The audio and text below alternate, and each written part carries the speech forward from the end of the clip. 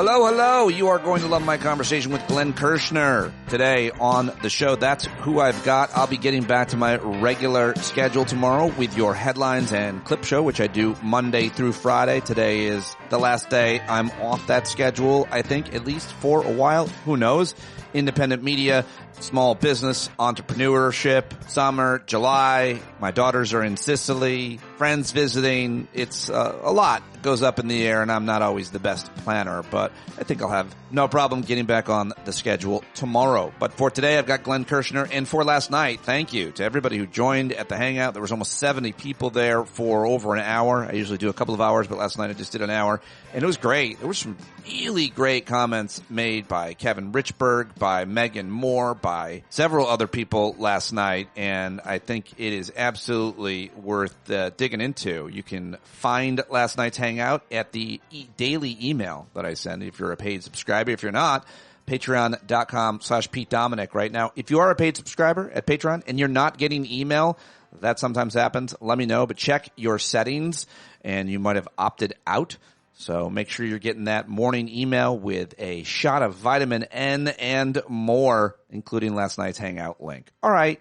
So I'm going to throw to my conversation right now with Glenn Kirschner. We were live on YouTube last night. If you want to watch it, you can go to Stand Up with Pete at youtube.com/standupwithpete and subscribe there as well if you haven't already for free. Here it is right now, the great Glenn Kirschner, who, of course, I don't think needs an introduction, but a 30-year former federal prosecutor. You can follow him on Substack and YouTube and all of the rest, where he is a king of posting every day. Great analysis on legal and political issues. And he's a really good friend of mine, a personal friend of mine. Just saw him a couple of weeks ago, had a couple drinks in New York City, and we start with that. So let's do it right now, because justice matters with Glenn Kirschner.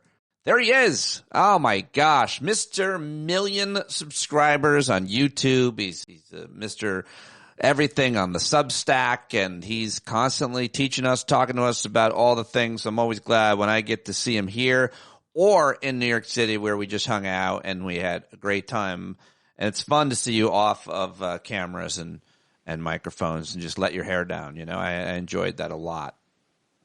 As did I, Pete. I made a quick 48-hour trip up to the city, and we got to sit down and have a couple of drinks and share some laughs. And I always enjoy when I get to see you. And then you'll be coming down here next for our Team Justice gathering in August. So I'm looking forward to that. That's right. Well. Always a great time. And I got some new material.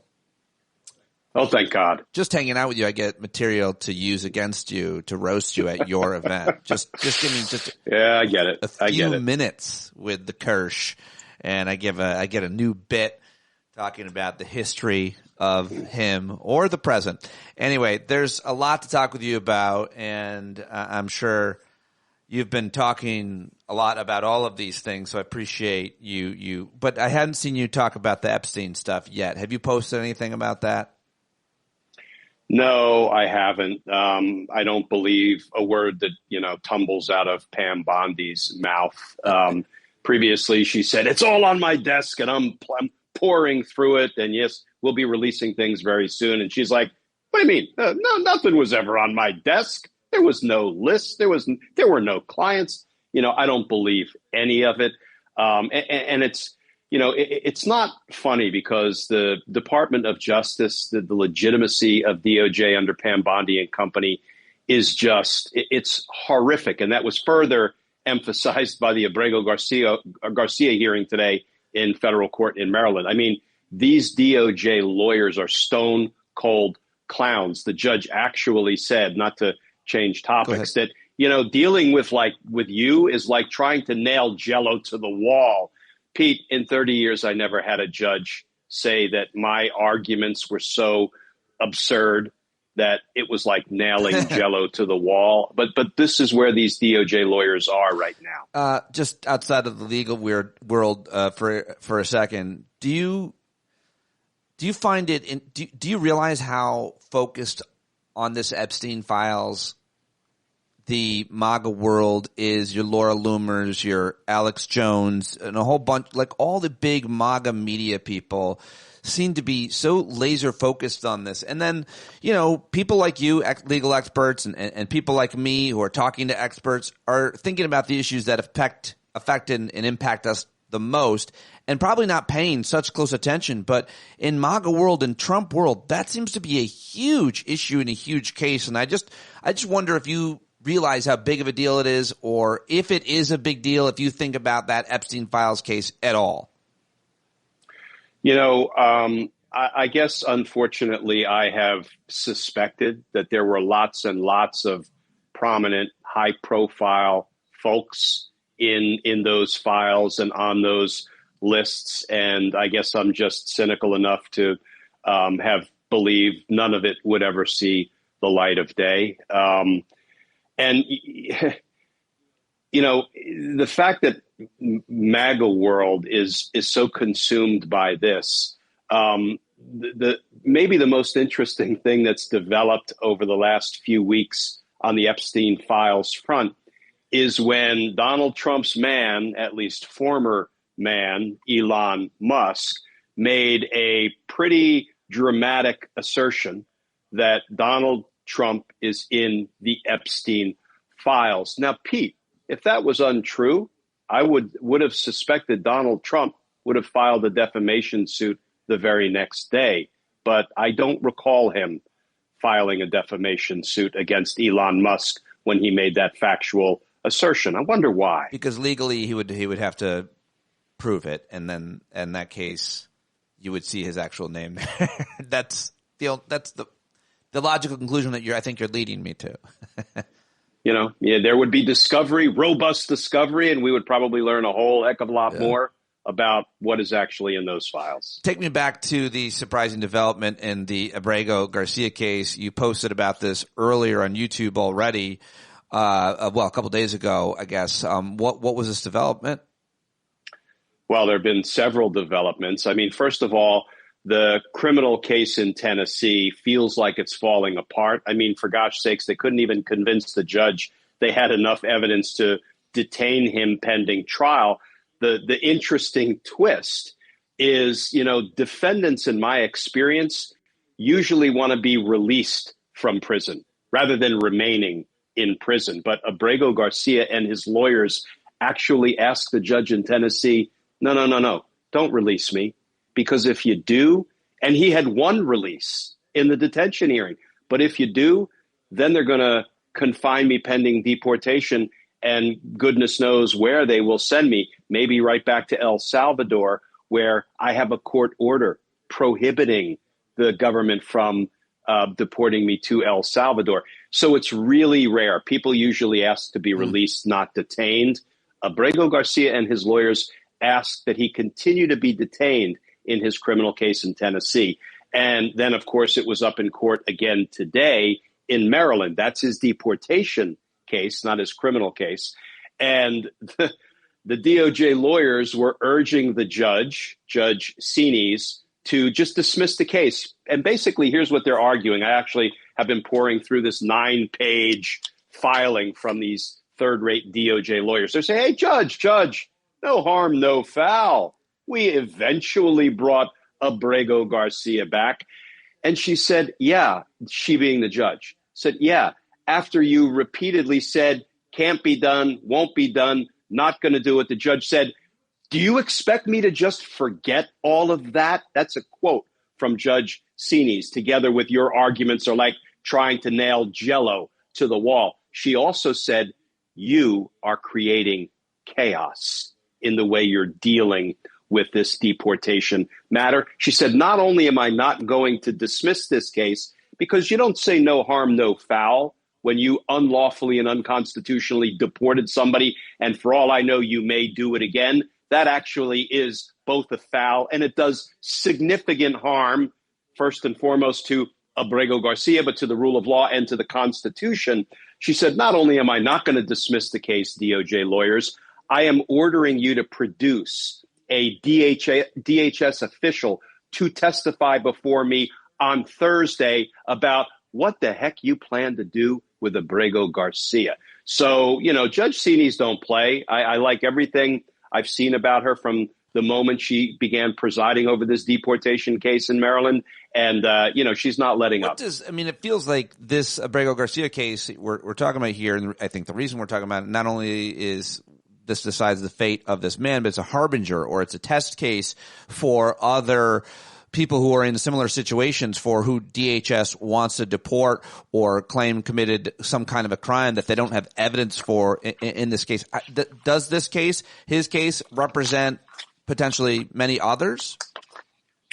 It's not as if this case would set precedent one way or another. Trial court judges don't set precedent. They saw the legal and factual wood in front of them, and they decide issues in a particular case. But then when that case goes up to the Court of Appeals, it's the Court of Appeals that actually sets precedent. But, let me just read something briefly from page 5 of this ridiculous DOJ brief.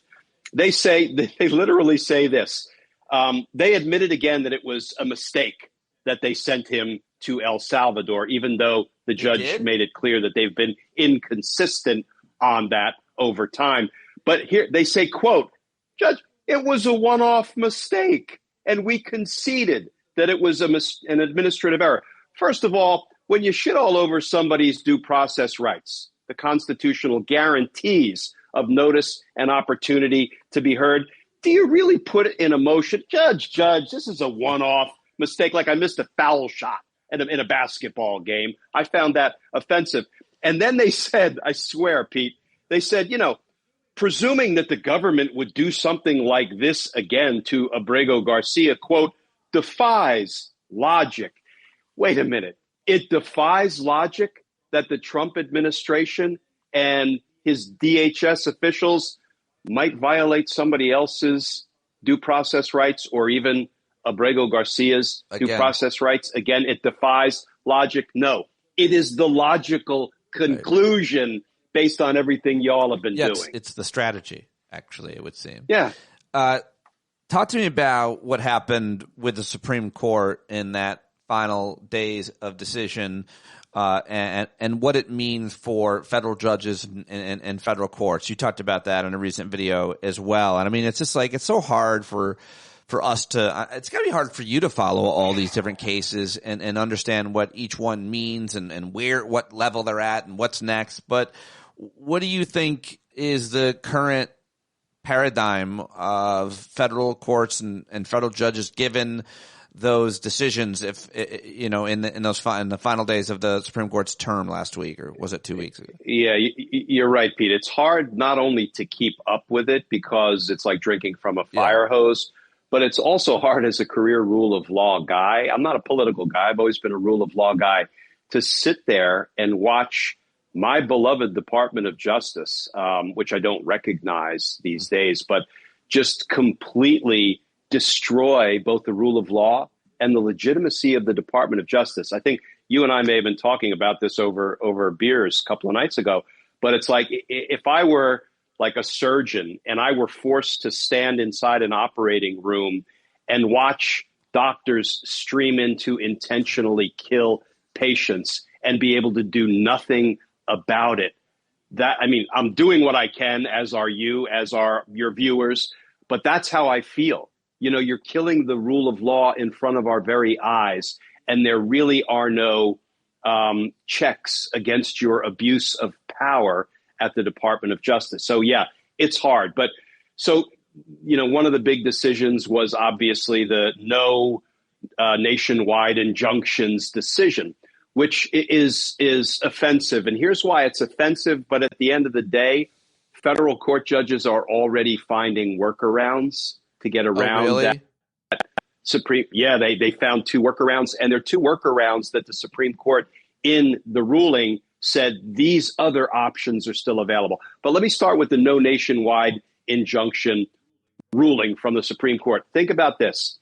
A plaintiff, let's kind of tweak the facts a little bit and use a hypothetical. Let's assume it's a woman who's about to give birth, and she goes into court, she hires a lawyer, and she says, Donald Trump is trying to revoke the constitutional guarantee of birthright citizenship. The child I'm about to deliver will not have a country, will not be a citizen because that child's constitutional guarantee of citizenship when born on U.S. soil has been sharpied out of the Constitution by Donald Trump. At least he's tried to. And a judge ruled, the very first judge was a Reagan-appointed judge, John Coffenauer, ruled this is blatantly unconstitutional and it can't stand. So not only did this woman have a successful claim for both she and her soon-to-be-born child, that should apply to everybody in the United States. If it's unconstitutional as to her, it's unconstitutional as to everybody. But the Supreme Court said, no. We think it would be better if basically everybody had to hire a lawyer and go into court and make the identical argument, even though a judge has ruled it's a blatantly unconstitutional move by Donald Trump. Or maybe they should try to join a class action, or maybe, Pete, that makes no sense. If a federal judge rules that Donald Trump did something blatantly unconstitutional that cannot stand, it feels like it should apply to everybody, not that we all, need to have the court version of a poll tax and hire a lawyer and go in just to protect against Donald Trump's unconstitutional act. But here's the good news. Federal court judges are already finding workarounds. One workaround is, and I just mentioned it, class action lawsuits. And we've already seen a whole bunch of them filed where you can get a handful of people who have certain claims to make, and everybody with a similar claim can kind of be part of that class action. So these people are representative of the larger class of people who have just given birth, for example, to somebody on U.S. soil. So a class action lawsuit, it's not a perfect fix, but they're being filed. I suspect you're going to see them filed in all 13 federal jurisdictions around the country. And then the other thing is what's called the Administrative Procedure Act. And the Supreme Court said, look, that is still a viable option. That is when, to boil it down to its essence, some government agency or official does something that's unlawful, and the judge can say, no, I am striking it down because it violates the Administrative Procedure Act. And the act by the judge of striking it down has nationwide effect, at least for the time being. It's not exactly a preliminary injunction. And I know it gets a little down in the legal weeds, but and 3 or 4 federal judges have already employed these workarounds that are not sneaky. They're not improper. They're available, even according to the Supreme Court in its ruling, no nationwide injunctions for you. How does somebody, though, know if they're a plaintiff or if they've been somehow accused of some crime? I mean, how do they know that this class action lawsuit exists? Maybe they don't speak English. Maybe they don't have resources. They have no idea. I think they're all alone. I mean, wasn't that the reason why you could just hire a lawyer to represent you and your case would make it its way through? I mean, do these cases, are they pending for days and weeks, and somehow you can, I don't know, use technology, the internet, to connect with other people who are in similar legal situations that you can then join a class action? I mean, I was part of a class action against Taco Bell in 1997, and 750 of us all got salmonella. But we were all in the ER around the same time with the same symptoms, and some lawyer obviously figured that out.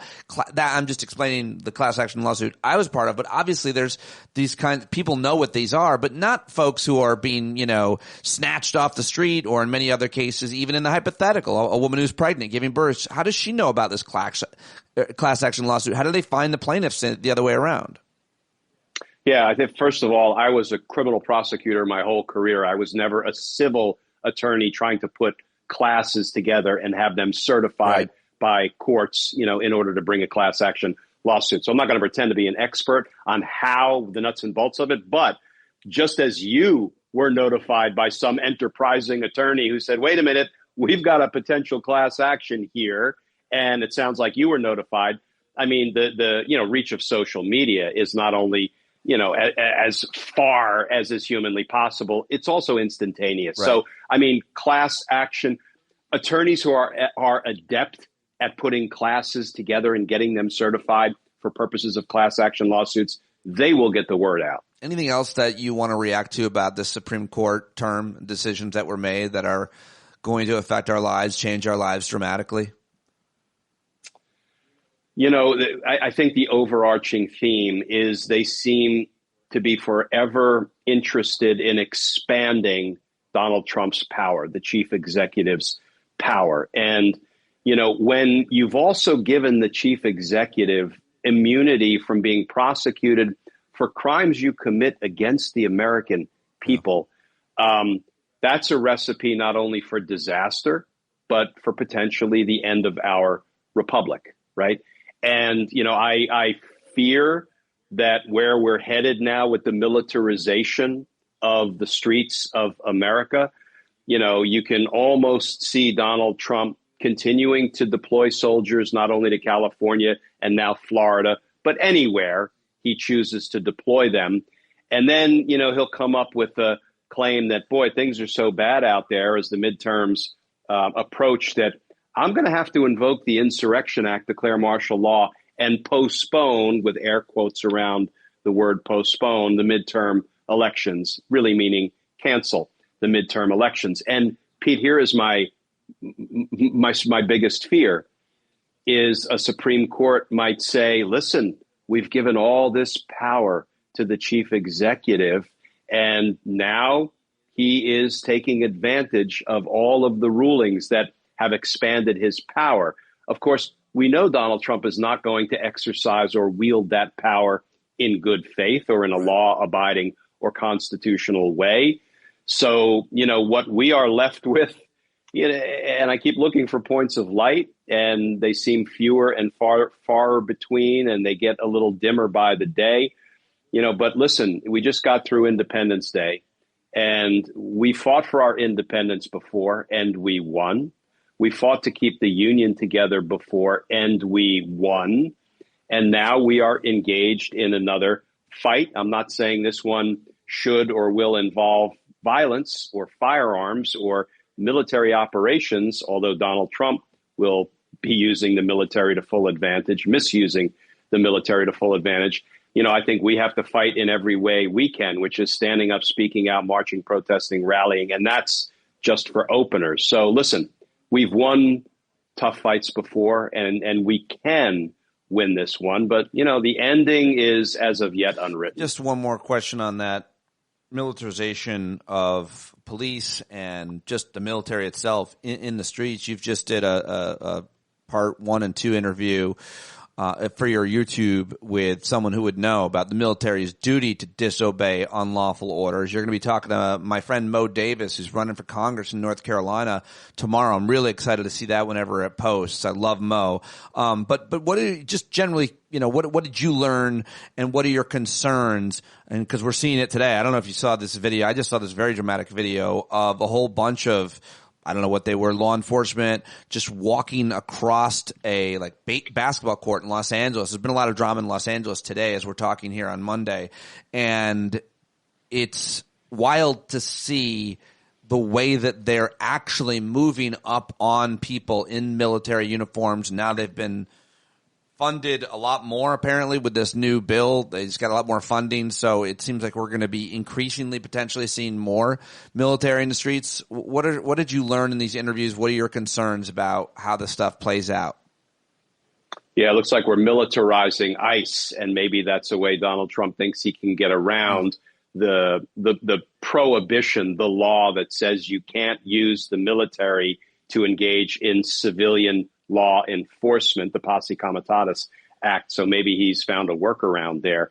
You know, what I learned from an interview, 2-part interview with somebody who's a real expert on the question of lawful orders versus unlawful military orders. His name is Jeff DeWeese. He just retired in March after nearly 30 years as an Army JAG officer. And he is the legal director of something called the Orders Project, which tackles this precise issue. It's part of the National Institute of Military Justice. And listen, military members know, I had it drilled into my head in both officer basic training and when I went to the Army's JAG school before my first active duty assignment.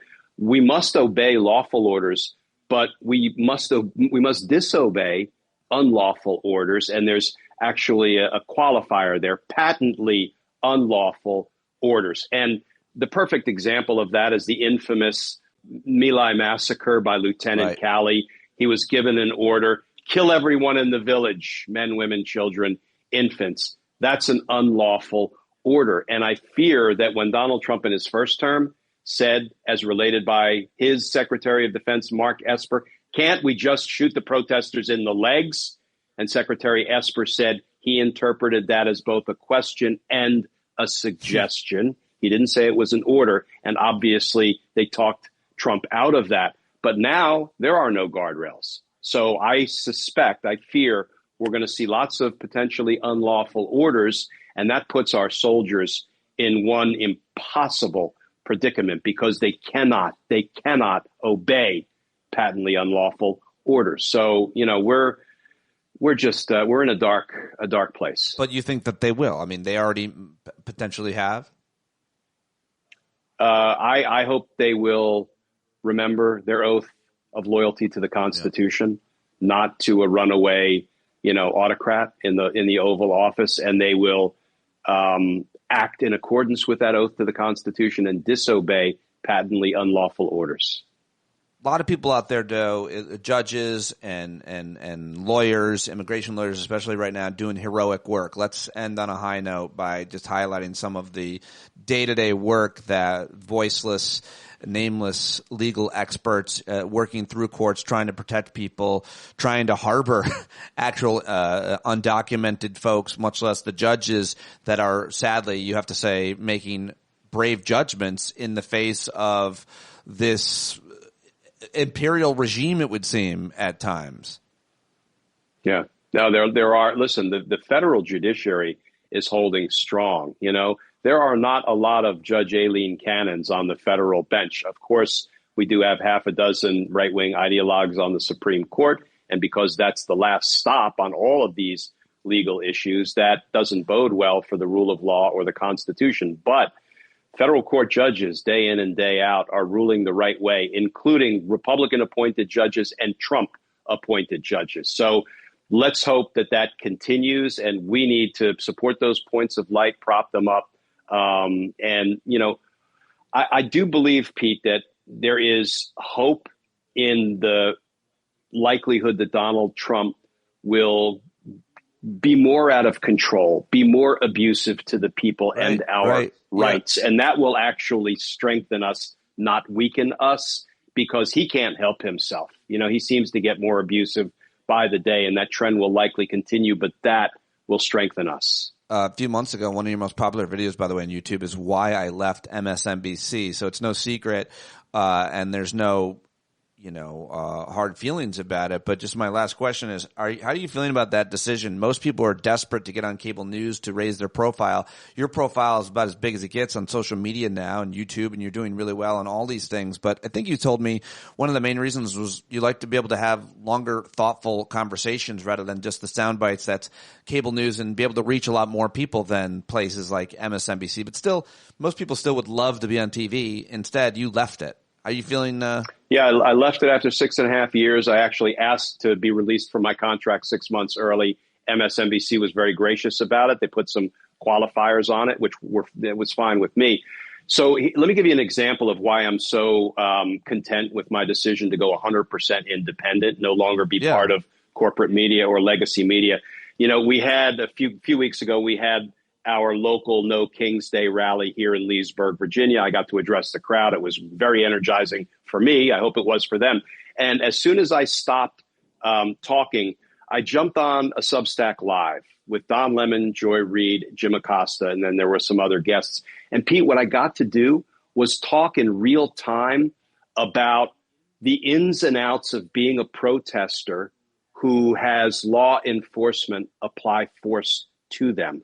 Because as a prosecutor in DC, one of the things I did and we all did is we worked protester cases. When the police would lock up protesters, they would present the case to us. We had to decide whether to charge them or decline to charge them. I would say, don't take this number to the bank because I haven't done an analysis, but probably 90% of the people who were arrested we did not charge. We didn't have evidence to prove beyond a reasonable doubt they committed any crime.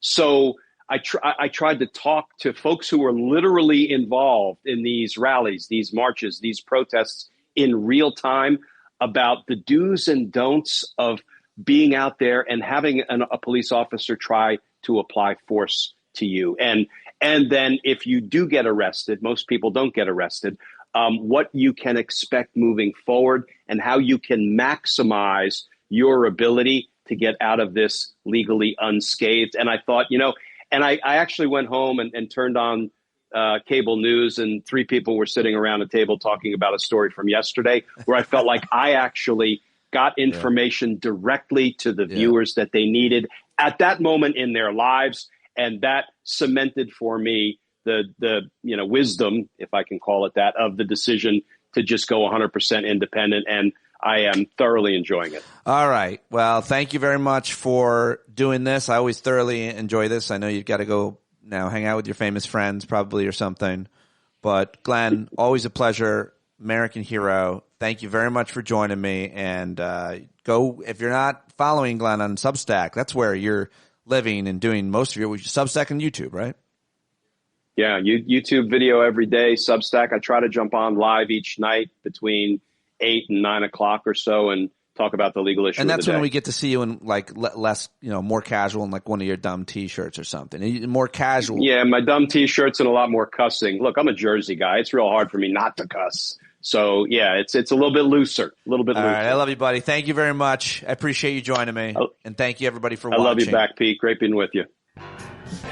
All right, there he goes, Glenn Kirschner. Go subscribe to his YouTube page and Substack if you haven't already. Go subscribe to mine if you haven't already. It's YouTube and Substack at Stand Up with Pete. That matters a lot. That's where I'm headed and investing all of my time and resources into those 2 channels because that's where people can find your work. And I feel like I know I'm doing great work. I'm talking to the smartest people I can find every day, recapping a 24-hour news cycle for you, which moves real fast, helping you have some understanding and some control over what the hell is happening in your brain in life regarding the news and what you want to pay attention to and what you don't, and keeping you as informed as I can with my kind of moral clarity, which hopefully is similar to yours, which is why you're here.